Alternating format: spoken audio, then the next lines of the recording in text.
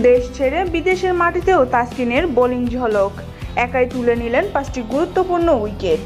Toronto ন্যাশনালসের বিপক্ষে মুখোমুখি হয় সাকিব ও শরীফুলের মন্টেরের। প্রথমবারের মতো কানাডিয়ান প্রিমিয়ার লিগে সুযোগ মিলেছে ডানহাতি এই পেসারের, আর সুযোগ পেয়ে এই ম্যাচেই বোলিং ঝলক দেখান তাসকিন আহমেদ।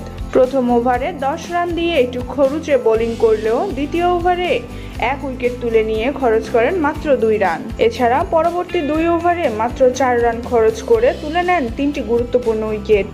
প্রিয় দর্শক, তাসকিন আহমেদের এমন অগ্নিঝরা বোলিং তাণ্ডব আপনাদের কাছে কেমন লেগেছে তা অবশ্যই জানিয়ে দেবেন আমাদের ভিডিওর কমেন্ট বক্সে।